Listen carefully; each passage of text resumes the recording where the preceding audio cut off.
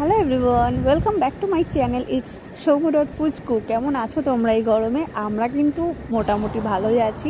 তো এই গরমে আমরা যাচ্ছি চায়ের বাড়ি। তো আমরা ফাইনালি চলেও এসেছি চায়ের বাড়িতে চা খেতে।